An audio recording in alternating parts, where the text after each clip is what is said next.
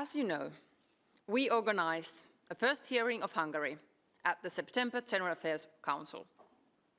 As almost a whole year had elapsed since we received the European Parliament's recent proposal, we felt that it was high time to have the first hearing.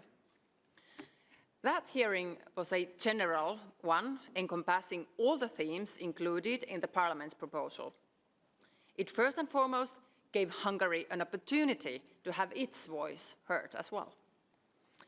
A second hearing was organised last week in December General Affairs Council. In this hearing, we concentrated on three themes, which were freedom of expression, academic freedom, and independence of the judiciary. Je voudrais juste souligner le fait qu'il me semble que quelque chose de très grave s'est passé ce matin-là. Il y a eu un live tweet tout au long de l'audition par le porte-parole du gouvernement hongrois.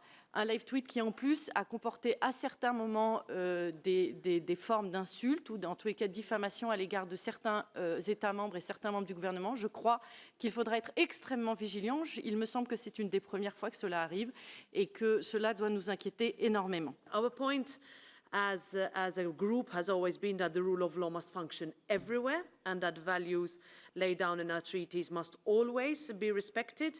But what we have seen these last years is that the mechanisms available on a European level are not as effective, or we believe that they are insufficient to reach their aims. While the governments of some EU member states are breaking one boundary after another, breaching the rule of law in more and more areas, infringing civil rights and liberties, and taking control of media. Sadly, one may have the impression they are doing this with a sense of complete impunity. Recently in Hungary, having violated the independence of judges and the freedom of media, academic freedom, Viktor Orban's government is attempting to restrict the operations of cultural institutions, as my colleague from the Greens said. And it's always the same. First they go for the media, then they create this external threat, which is mostly people that have a different religion, and then they use their impact on the media to just talk about that all the time. Then they start attacking civil society that are defending human rights of these groups. Then suddenly these civil society organizations are the internal threat. It's this whole traitor narrative that is coming about, and then this is being used to completely destabilize democratic institutions. And then they go now for culture, for academic institutions, and so on.